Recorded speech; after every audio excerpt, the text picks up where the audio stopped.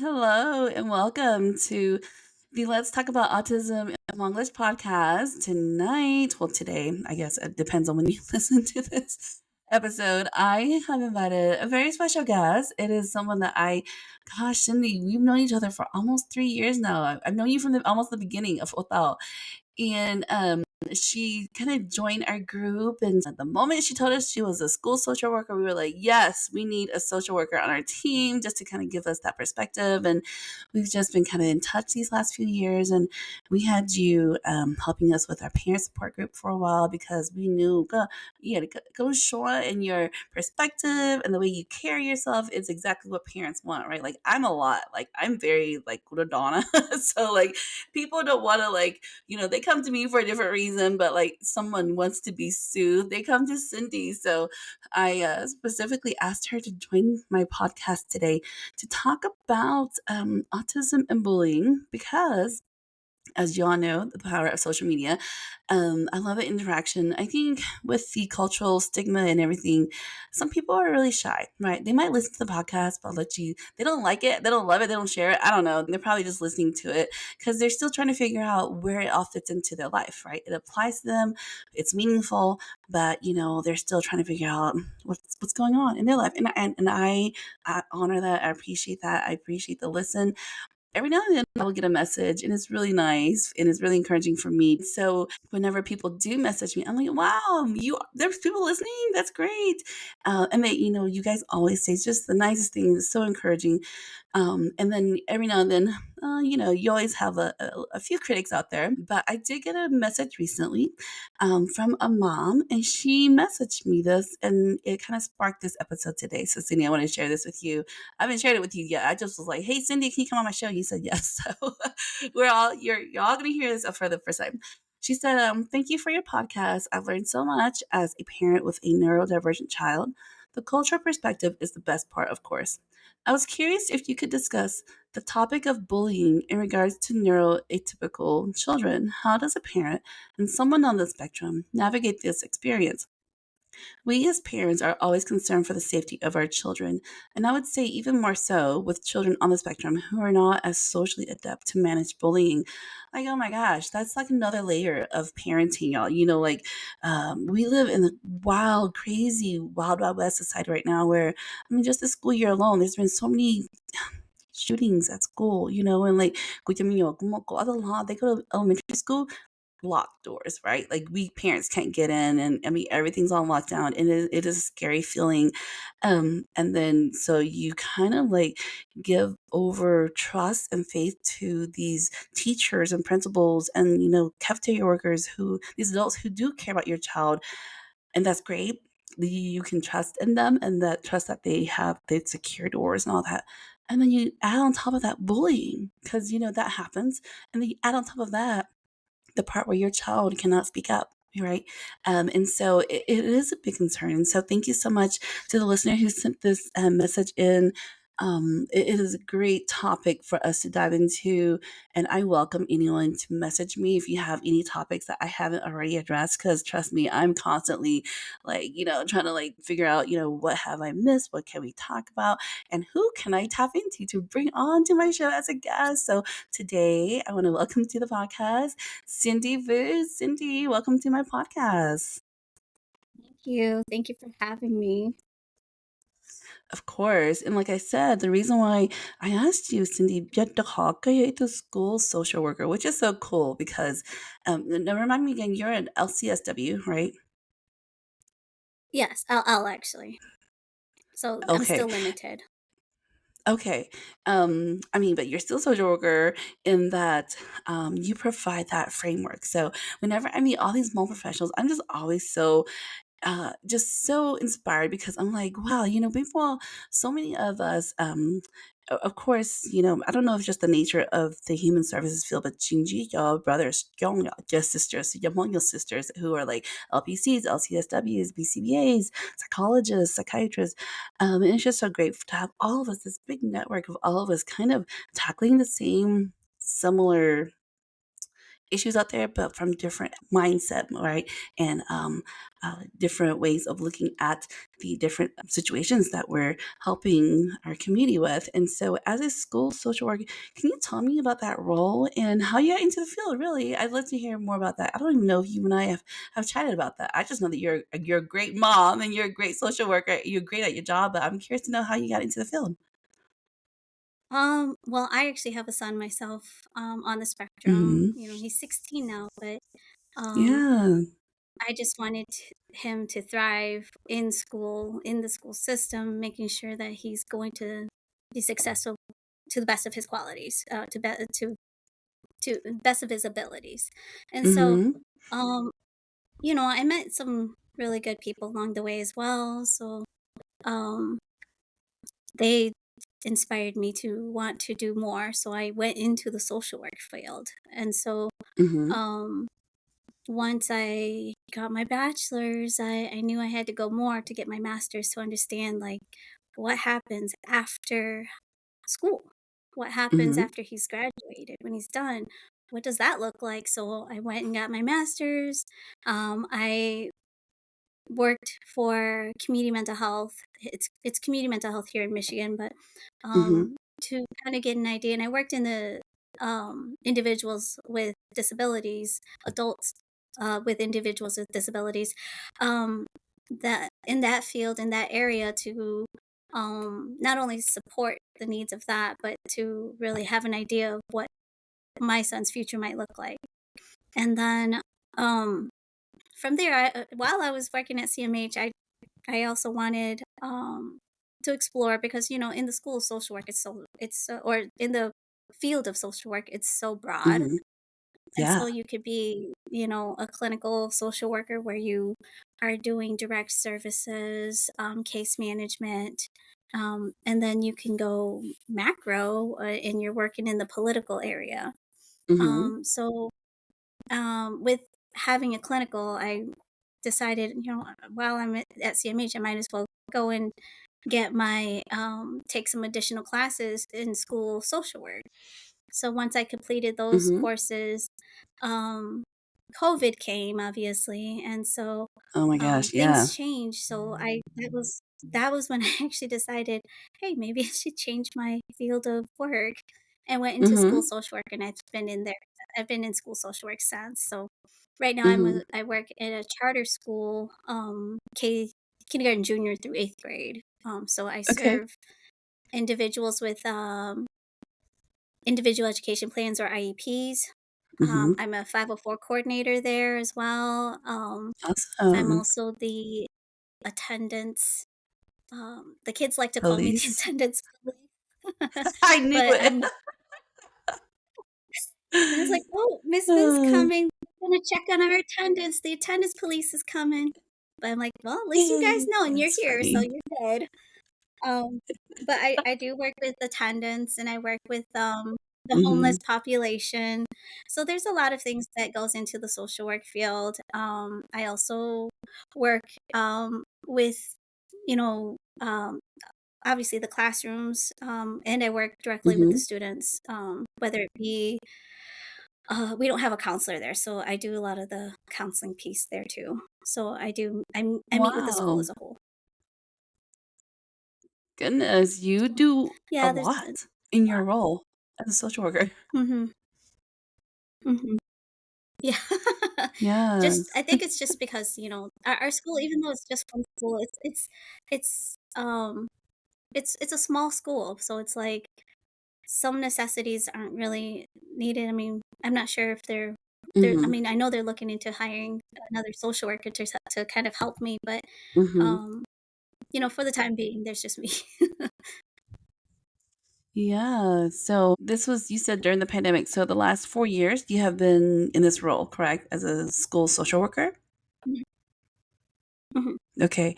Yep, the last 4 And so years. I know you mentioned last 4 years. You mentioned about your son. He's 16 and I think you had done a few projects for us and just sharing that experience. So, um, you know, and it's really up to you how comfortable you are in sharing, but like did you guys deal with any bullying as he was going through grade school? I was just gonna say, like, elementary, Mhm. he his school was very,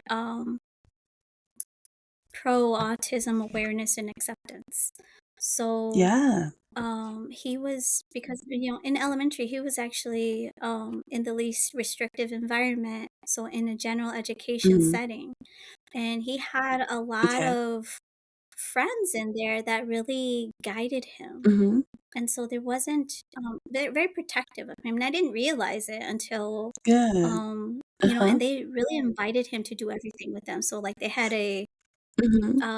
Christmas musical that, parents were welcome to watch, and instead of having it in Mhm. an auditorium, they had it in the gym so that children on the spectrum would be more comfortable, and, like, Yeah. it was welcoming because parents were in a Mhm. ring, and then the children are in the center singing, and I just remember seeing this boy holding my son's hand, and so I'm like, Mhm. "That must be the boy that his teacher talks about, really guides him," and so I met his Mhm. mom, and I'm like, "Thank you so much for your son, he's the greatest kid ever. Thank you for always taking Yeah. care of having him always take care of my son," and um, but, Mhm. growing up, now he's always been after elementary, he was majorly in resource rooms, so, the only time he Mhm. was in a general education setting was during, like, electives or lunchtime, and Mhm. so, he wasn't really surrounded by others much, other peers, except for, like, peers Mhm. that were in his classroom. So, um, just a few years back, they decided that, self-contained would be, best for him. So now he's in a Mhm. autism classroom where the max amount of Mhm. students is like 13. But as far as bullying goes, I didn't have to experience that. So the one story about Cindy that I will always share anytime I'm talking about Cindy's amazing advocacy work is don't ever arm a Hmong mama bear with the tools about IEPs because she will use them. And Cindy did. And the one story she told us that I will always want to share with Bit the Hmong mom is she went in there, she rewrote the whole IEPs. And I thought, you did what? I've never heard of that before. Like you did that.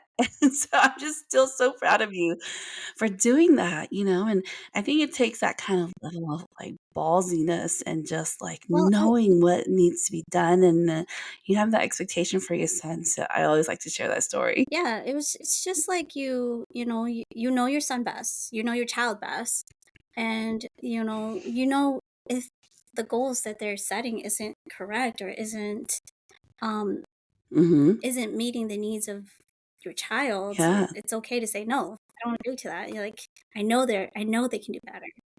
And what was set for him at that time, it frustrated me because it was the time of the year where they were transitioning him into Mhm. self-contained, but they weren't doing it properly. They weren't, they didn't do their due diligence.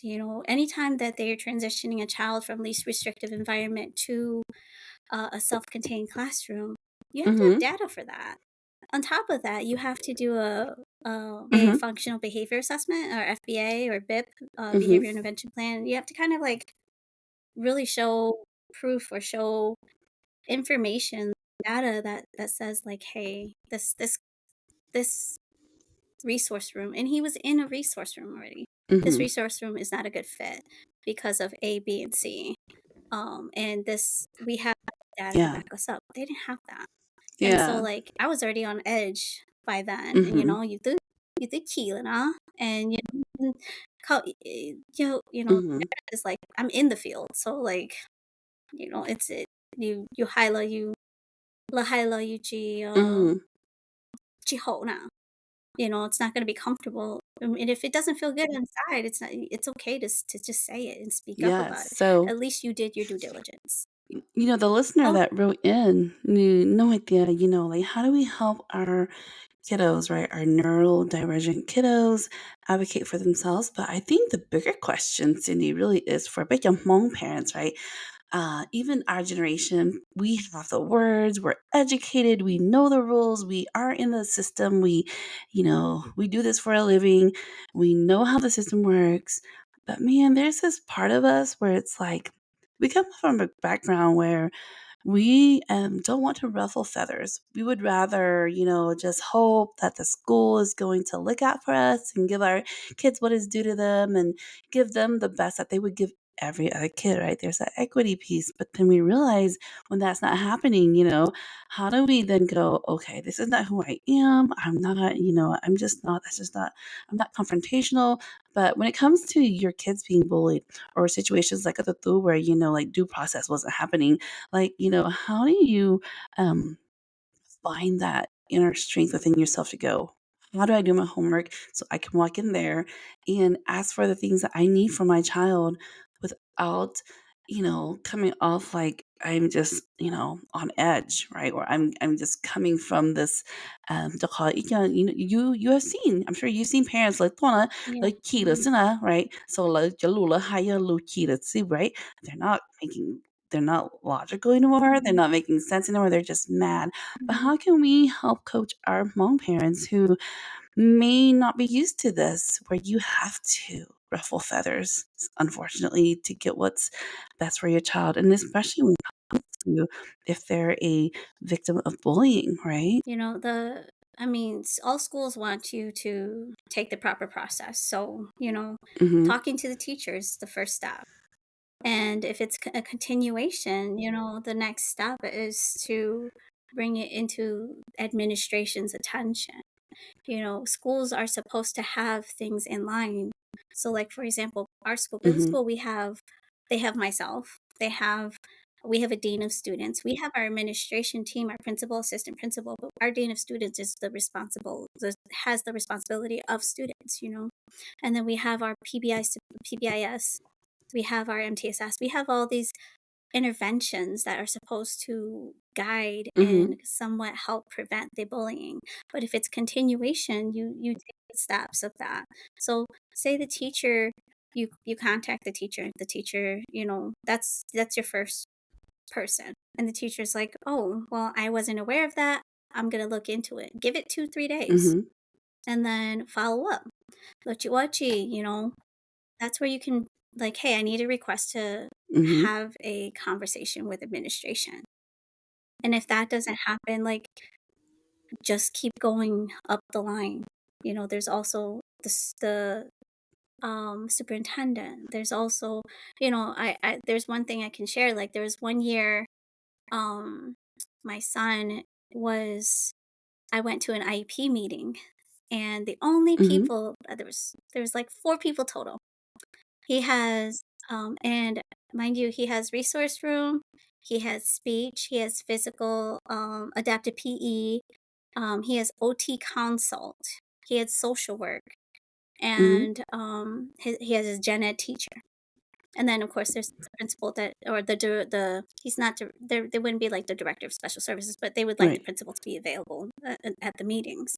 So this IEP meeting, I went to it, and only the main people that were there was the OT consult, who does nothing but Mhm, emails me and says, "How do you think your son's doing?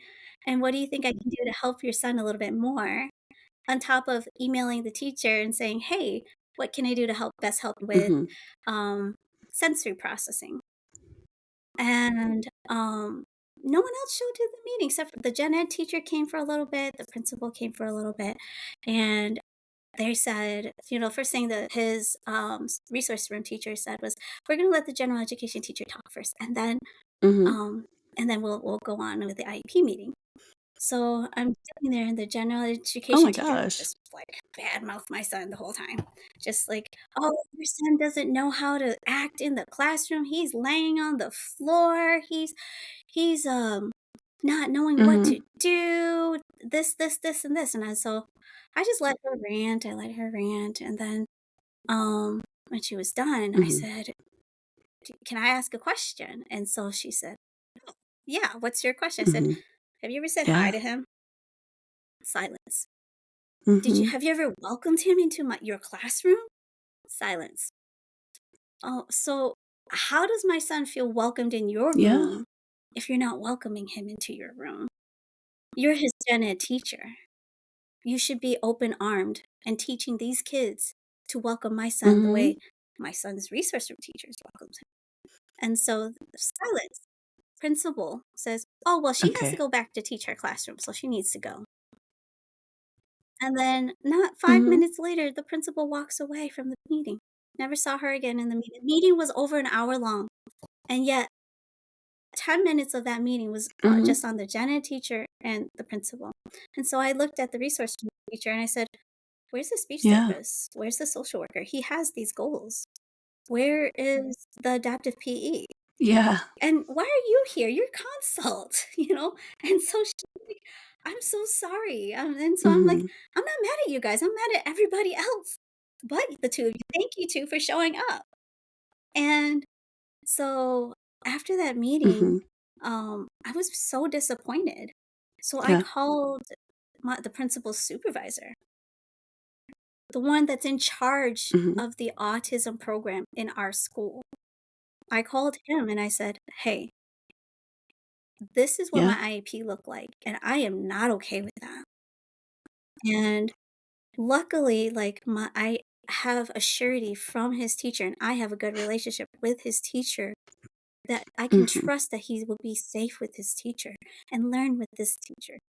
And it sounds like he doesn't even go to gen Yeah. ed because the gen ed teacher is horrible. And so the teacher, the supervisor actually said, "Actually, the gen ed teacher got let Oh my go." And goodness. so I'm like, "Oh, so, Yeah. she was just a sub, but she got let go anyway." So, but after that meeting, after making him Mhm. aware of my unsatisfactory, the following year, the following year is we had his annual IP again. And I told my husband, I said, "I need your support because I'm about to go off if no one shows up in this meeting." He came with me. Mhm. Oh my gosh, the room was filled with Mhm.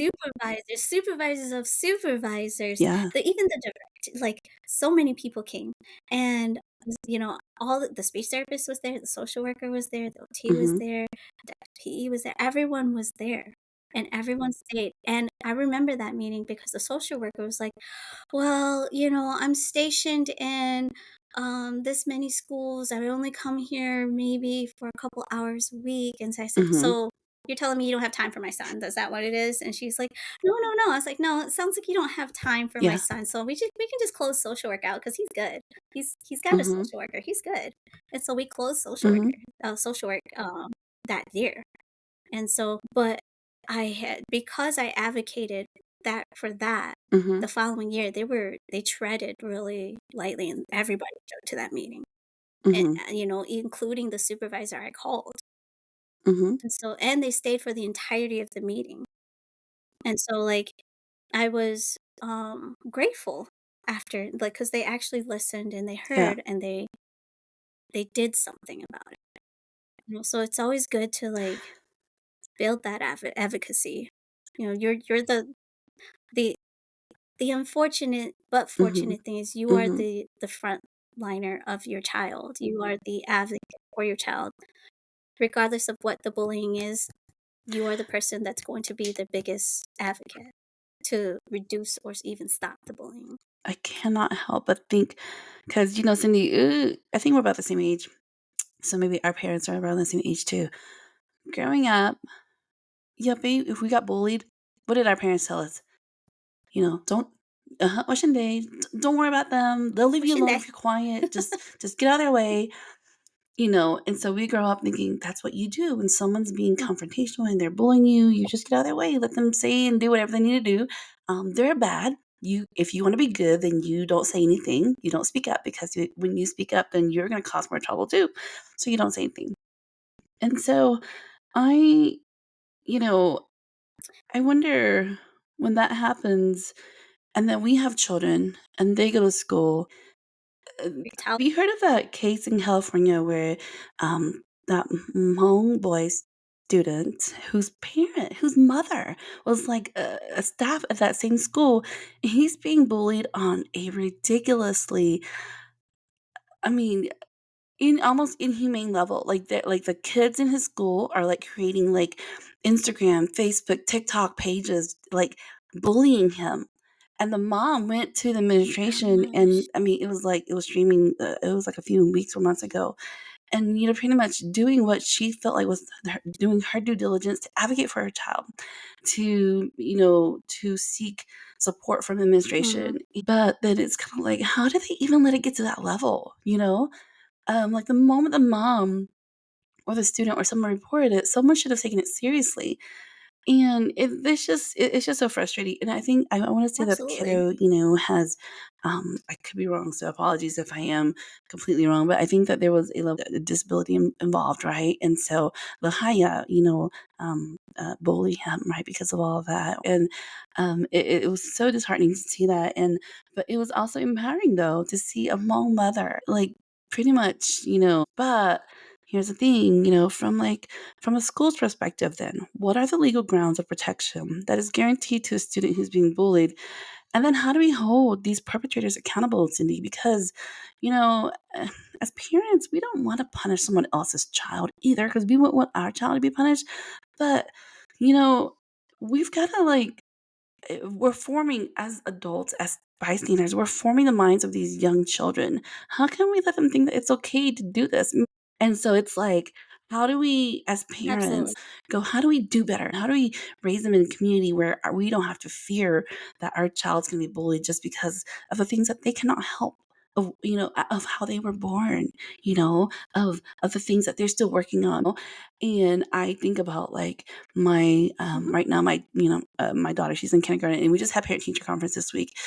And I was telling her teacher, I said, thank you so much for whatever the message is that you're sharing with the class, because guten Zeit, class that has a talker, right? So without knowing too much, she just says, my friend has a talker, mommy. How did you know about talkers? Because she heard me talking about talkers on my podcast or something, right? I was having a conversation with my husband or something.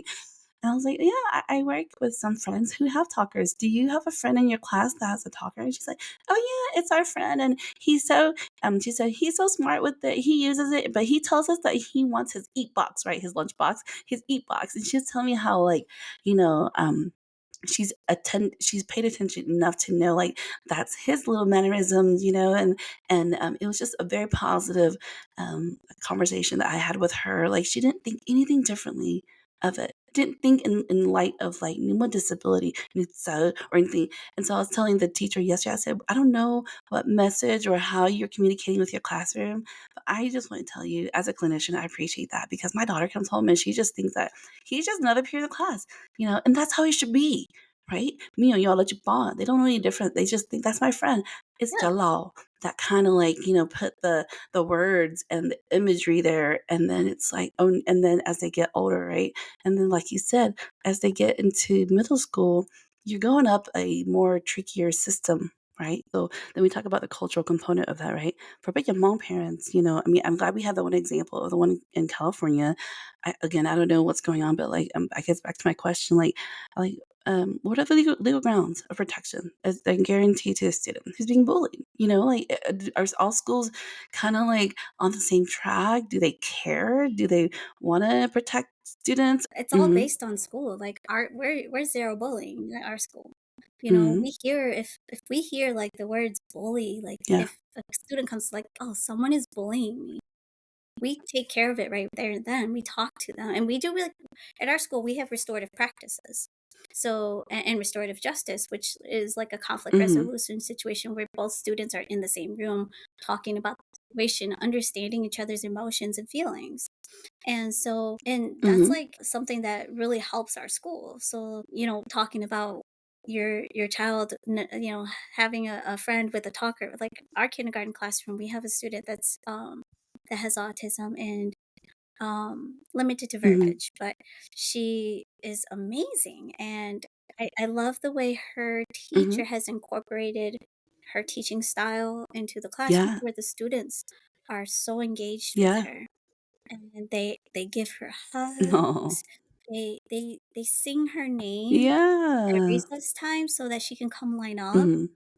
and they're so flexible with the student, on the spectrum, like, this student, it's Mhm. kindergarten, so, like, Yeah, yeah. wherever she as long as she's in line, we're good, she's in line, Right. and the kids Sure. are okay with that, they're not arguing like, "Oh, she Mhm. cut," or, none of that. They're just so flexible about it and say, "Hey, she's in line with us, she's walking with us, we're good." And Mhm. so it is the culture of the school. We're our school, we're lucky that we have our dean of Mhm. students and we have a behavior team and our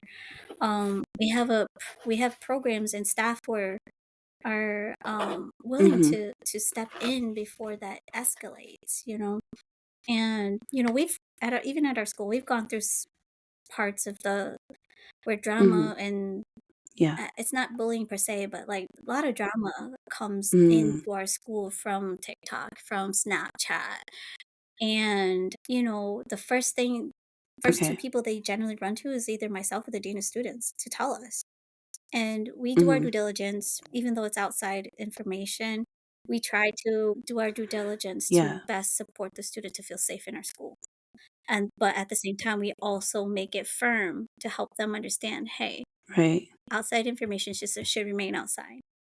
And a lot of my kids that I've Mhm. worked with since, like, 4th grade, they're middle schoolers now, and the kids that I worked with, um, I absolutely love because, you know, I'll use an example of a girl that I met, Mhm. she was, mentally unstable, and, um, our first interaction was me asking if she was okay, if she wanted to harm herself, and it was pretty rough, but Mhm. along the years that we've worked together and um one thing I always tell the kids is you don't have to be Mhm. friends, but you do have to be cool with each other. And that really helped our students because their middle schools are so mature and they can have a conflict and say, we're not friends. Like you and Mhm. me, we're not friends, but we're gonna be cool because we're Yeah. in the same school. So nothing's gonna happen. We're good. And Mhm. that reduces the bullying, that reduces the Yeah. conflict, that reduces, like, drama, gossip, all of that, and so, um, anything that, like even it reduces, like, social media stuff, and because if it happens, and you handle it, you drop it, and they've learned that, and it's a Mhm. skill that they have to the school has to teach or to the students, and if this bullying, maybe even if the teachers if they're asking if restorative practice is something that happens at one parent's student's home at school. We watched a video during one of our trainings of a bully who was, a young man who was bullying another young man, and he Oh my literally gosh. beat this other little boy, and the principal decided in the documentary, the principal said, I should just suspend this kid. This is ongoing. I don't know what else to do. But then Mhm. he had gotten restorative practice training and had Mhm. this little card. I have the card somewhere, but it's like just like questions, open-ended questions to ask one student to Mhm. ask like the suspect and the victim. They have separate Mhm. cards to separate questions, but it correlates.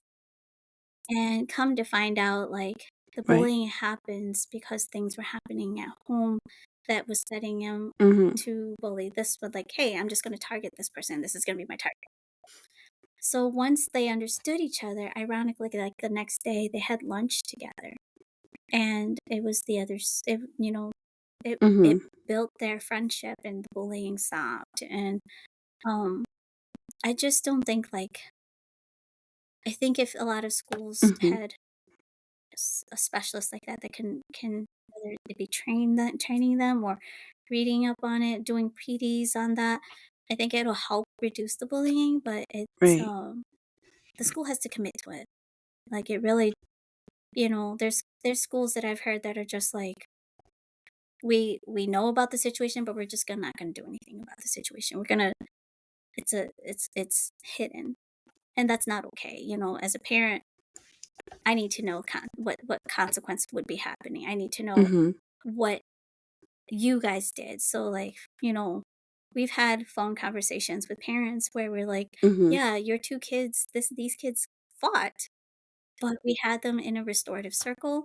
We Mhm. had them talk about it and why it happened, and we had them understand each other's feelings, and now they're okay Mhm. to return to class.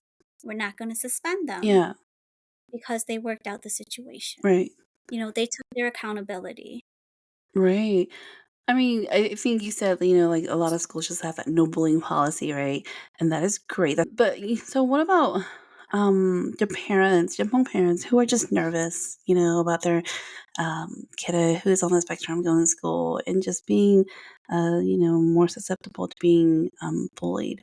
What is a message that you would give them, and how do we educate and inform them on how to navigate this very tricky situation? To call you Josh, yeah, right? Like I think as Asian parents, we already don't because we're very much like helicopter parents. We're like only I can be around my kids, but yeah, I'm letting them go to school, and then now there's this layer of like, oh my gosh, how do I protect them? So how do we help our home parents, Cindy? How do we give them a message of hope and strategies on what to do so they feel empowered, whether they are verbal or nonverbal? It's going to have to be the parents who also advocate. Mhm. So yeah, what would you share with them?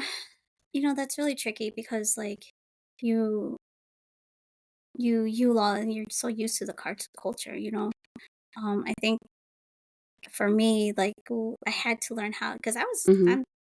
I will admit, sometimes I'm still that parent. I'm still, "Oh, that happened. Oh, I'm sorry it happened," when it really should be, I'm apologizing for my child when it really should be like, what really happened? What happened beforehand? What happened in the middle? What happened after? And you kind of want to investigate. You kind of Mm-hmm. want to know, and it is scary. It's very scary, but you just have to find that strength within Mm-hmm. yourself. You are their protector. You are their advocate. You know, you don't want to see them hurt and harmed. And like law, he's not on the he doesn't have autism, but he has Mm-hmm. attention deficit disorder, ADD. And so like he's quiet. And I do remember, like, Tonu, there was one year he was really sad. And so I asked him, like, what's going on? What's wrong? And and this is one thing that I I helped him throughout the years because um I just want him to be strong. And so I kept telling him, like, giving him praises. Um it's all, don't you're proud of your child. You know that your child's doing great. But Mm-hmm. Mm-hmm. and so then they lack that confidence within themselves. You know, um, I'm always surprised when, like, when he was in high school last year, his one of his counselors said to me, every senior has a goal for the year, and all the seniors had the goal of wanting to graduate, and um your son's goal was so intriguing and so interesting that he left a mark in my heart. And I said, What's his goal?"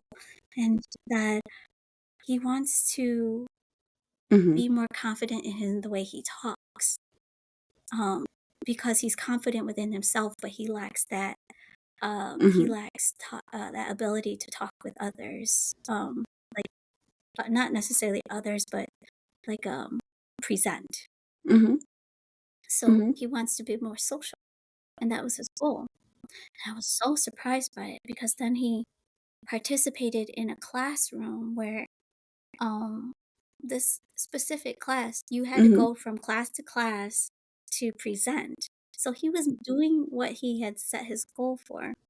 And so, one thing I was always proud of myself for was to always tell him, like, because he was one year he was just bummed. He was just like, "Why am I not popular? Were you popular when you were a kid?" I'm like, "Nope, Mhm. I'm not popular. I was a nerd. I was not popular. What do you Mhm. mean? Your dad was popular, but I wasn't popular."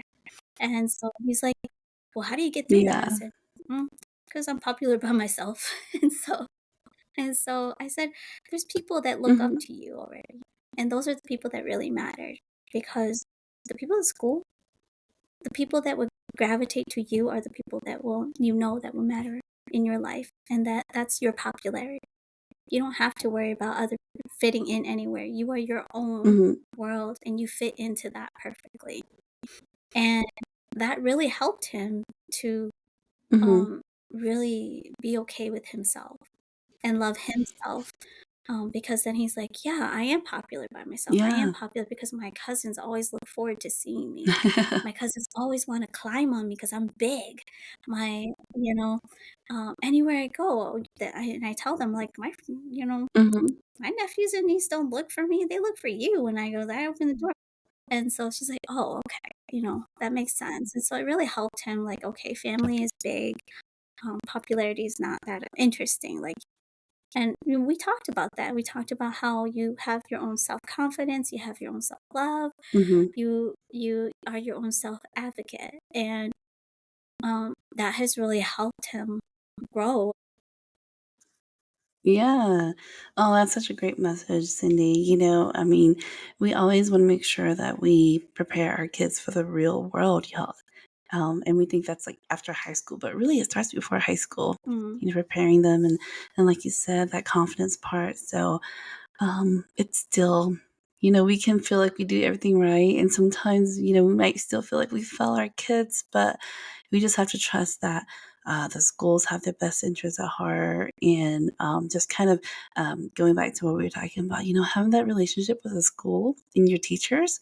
So if you are a parent of a kiddo that is in, special mhm, education, and your teachers are overwhelmed. But, I think, yeah, they kind of, just really um, speaking up and not being afraid to advocate for them.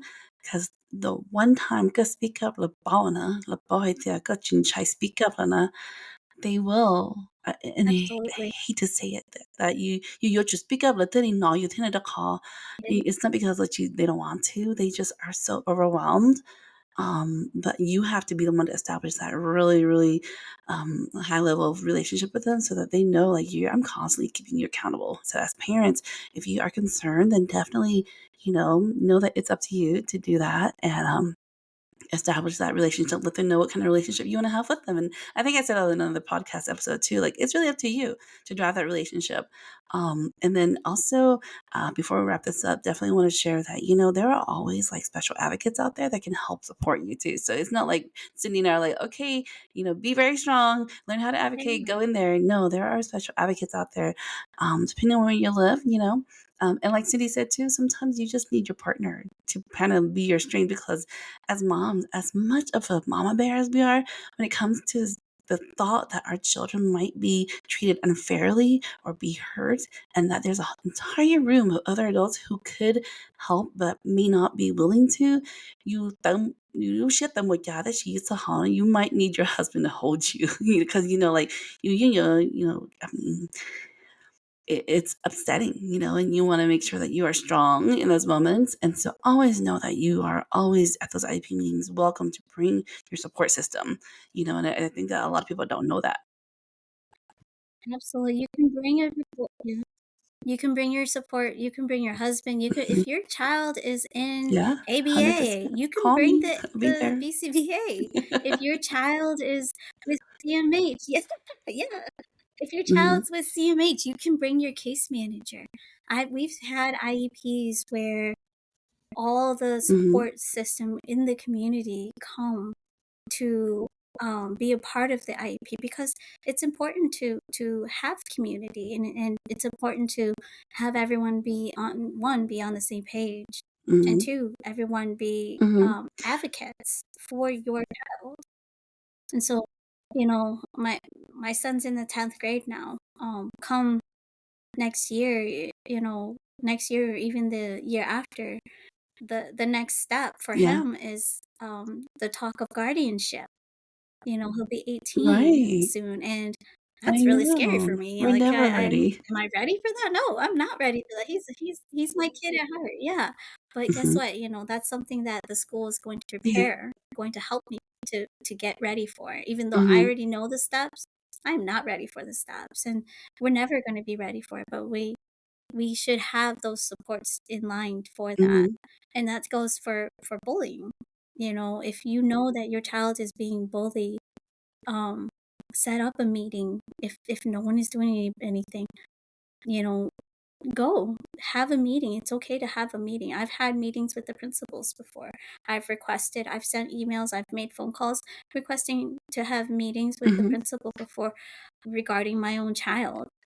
And whether it be a behavioral thing or just advocating for others, there was one year um, I requested to have a meeting with the principal because I had seen an Mhm. action that a staff member should have not done.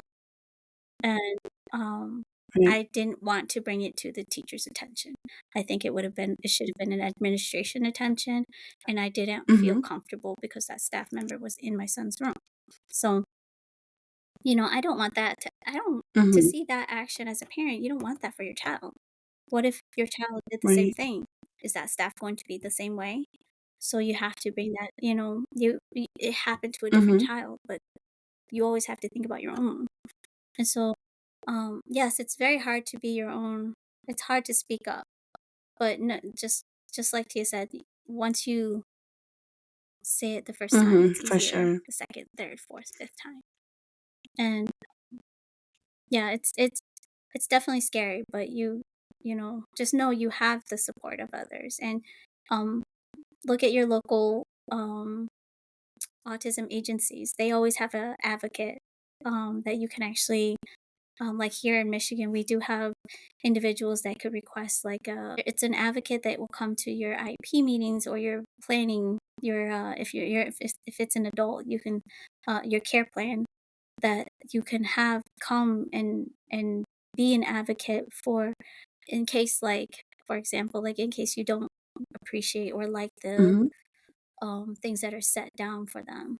I've um there was one year I last year, maybe 2 years ago, um we were in an IEP meeting where the student was a middle schooler, and um all his supports AB his ABA BCBA came, his CMH worker came, parent came, another agency came, an outside agency that was just supporting Mhm. the family. It's like a family support agency. That even that family specialist came, and all of them came not to support his IEP, but to support mom. You know, and to make Mhm. sure that because they understand the language. But mom might understand her child best, but she doesn't. That's one thing about IEPs. Um, to best understand the language of it, and so to have them all in the same room and hear what the goal is Mhm. with the school, they can also set those goals at home. I know, like for my own child, IEP goals that Mhm. they have set for school, I do it here at home. So it's always good to like reflect on his goals, and if you see that's how you Mhm. could tell there's progress, because if it's happening at school and it's he learning, Yeah, for he's catching sure. on.